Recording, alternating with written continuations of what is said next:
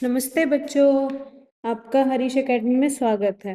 तो हमने अपनी लास्ट वीडियो में क्या पढ़ा था? सिंबल्स के बारे में, प्रतीक चिन्ह के बारे में पढ़ा था, है ना। डायरेक्शंस के बारे में, पूर्व उत्तर पश्चिम इन दिशाओं के बारे में पढ़ा था। आज हम पढ़ेंगे पृथ्वी का मानचित्रीकरण। पृथ्वी का मानचित्रण कुछ अधिक कठिन है क्योंकि हमारे ग्रह का आकार चपटा नहीं है। इसकी आकृति लगभग गोलाकार है। देखो, जो हमारा ग्रह है यानी कि पृथ्वी है, वो हम उसे पूरी चपटी हुई नहीं बोल सकते, लेकिन उसकी आकृति लगभग कैसी है? गोल। हम लगभग इसलिए कहते हैं क्योंकि यह पूर्ण गोलाकार, अगर हम कहें इस तरीके से गोल है तो वो गोल नहीं है ऐसे, अपितु ध्रुवों पर थोड़ी चपटी है। जैसे ये देखो, ये होते हैं ध्रुव। तो यहाँ से तो ये थोड़ी चपटी है और यहाँ से गोलाकार है। हम इसे व्यवहारिक दृष्टि से गोलाकार मानेंगे। कागज के एक समतल पृष्ठ पर एक गोलाकार वस्तु को यथावत चित्रित करना संभव नहीं है। देखो, अगर हम ये चाहें कि हम मैप के ऊपर इसे दिखा दे तो मैप पे हम ये चीज़ शो नहीं कर सकते। इसे समझने के लिए एक संतरा लेंगे, आप ऑरेंज लेंगे तो उसमें आप देखते हो ना, वो जैसे हम उसे रखते हैं तो वो नीचे से और ऊपर से एकदम फ्लैट होता है ना, यही शेप होती है संतरे की। ये होते हैं, ये हमारे दो पोल्स होते हैं, राइट। जो ये यहाँ से अगर हम संतरे को रखेंगे तो वो ऐसे हो जाएगा ना, यहाँ पे ऐसे रखा रहेगा। तो वैसे ही इनके क्या होते हैं? ये पोल्स होते हैं। कागज के एक समतल पृष्ठ पर एक गोलाकार वस्तु को यथावत चित्रित करना संभव नहीं है। ऐसा क्यों है?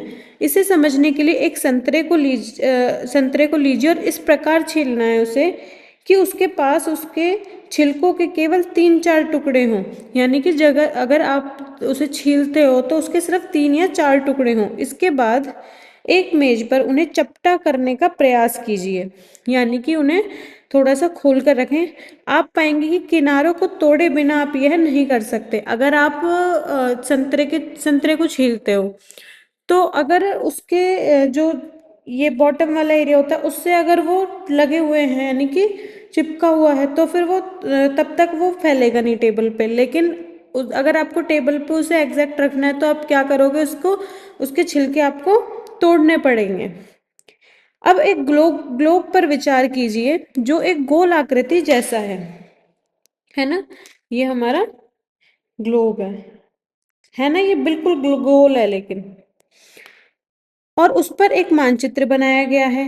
यह पृथ्वी, चंद्रमा, मंगल ग्रह, तारों और तारामंडल आदि आदि का भी एक मानचित्र हो सकता है। देखो, ग्लोब के ऊपर हमारे पृथ्वी का भी मानचित्र हो सकता है, चंद्रमा का भी, मंगल ग्रह का भी, या फिर तारामंडल आदि का भी मानचित्र हो सकता है। इस पृष्ठ पर दिए गए प्रथम चित्र पर दर्शाई गई वह भौतिक वस्तु जो गोलाकार है, सामान्यतः धातु, प्लास्टिक या कार्डबोर्ड से बनी होती है। देखो, अगर हम ये कहें कि हम मैप पे दर्शा सकते हैं, क्योंकि मैप तो एक फ्लैट है ना एकदम, तो हम उस पर अपने, जैसे हमारी जो धरती है वो गोल है, ठीक है, और ऊपर से यानी कि जो उसके ध्रुव हैं इन्हें हम ध्रुव बोलते हैं।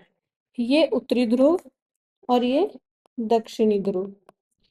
यहाँ पर चपटी है ना, और यहाँ से ये गोलाकार है। तो हम ये चीज़ मैप पर तो शो नहीं कर सकते, लेकिन इसके लिए हम किसका यूज़ करेंगे? ग्लोब का, जो किससे बना होता है? धातु का भी बना सकते हैं, किसी भी धातु का, प्लास्टिक या कार्डबोर्ड से। हम यहाँ पृथ्वी के भूगोल का प्रतिनिधित्व करने वाले, क्योंकि ये हमारी क्या दिखाई गई है यहाँ पर? पृथ्वी। हमारे पृथ्वी के भूगोल का प्रतिनिधित्व करने वाले ग्लोब का अध्ययन करेंगे। चूंकि ग्लोब और पृथ्वी का आकार एक समान होता है, इसलिए एक ग्लोब किसी समतल मानचित्र की तुलना में पृथ्वी के भूगोल का बेहतर प्रतिनिधित्व करता है। यानी कि अगर हम धरती को अगर ग्लोब के ऊपर देखेंगे तो हमें चीज़ें ज़्यादा अच्छे से समझ आएंगी, बजाय कि अगर हम मैप पे देखते हैं, क्योंकि मैप एक फ्लैट सरफेस पे हो जाता है। आइए इसकी कुछ विशेषताओं का पता करें। तो इसकी कुछ विशेषताएं हैं जिनमें आज हम पढ़ेंगे निर्देशांकों का निर्देशांक का समझना। ओके, अब देखिए, किसी नगर या कस्बे के एक बड़े बाजार की कल्पना कीजिए। यानी कि आप देख लीजिए, कोई सिटी है ना, या फिर कोई गांव है, कस्बा है, वहां पर एक बड़ा बाजार है, ठीक है। जिसमें सीधी पंक्तियों में समान आकार की दुकानें हैं, यानी कि एक ये हमारे यहाँ पर क्या है, ये मार्केट में शॉप्स बनी हुई हैं। आप बाजार में एक स्टेशनरी की दुकान पर अपने मित्र से मिलना चाहते हैं, लेकिन आपका मित्र यह नहीं जानता कि दुकान कहाँ पर है, तो आप उसे बताओगे ना, आप उसे जगह का बताओगे, एड्रेस बताओगे, ठीक है। तो लेकिन आपका मित्र यह नहीं जानता कि दुकान कहाँ पर है, अतः आप उसे किस प्रकार बताओगे? या तो आप ये बताओगे कि भाई मार्केट में जो सेकंड रो है उसकी थर्ड शॉप है, या फोर्थ या थर्ड रो की फोर्थ शॉप है, इस तरीके से ही तो बताओगे। तो अतः आप उसे इस प्रकार का निर्देश देंगे, प्रवेश द्वार से पांचवी पंक्ति की, पांचवी पंक्ति मतलब पांचवी रो, ये एक दो तीन चार पाँच, पांचवी पंक्ति की सातवीं दुकान, ये एक दो तीन चार पाँच छ और ये सात, तो यहाँ पर हो आप, ठीक है।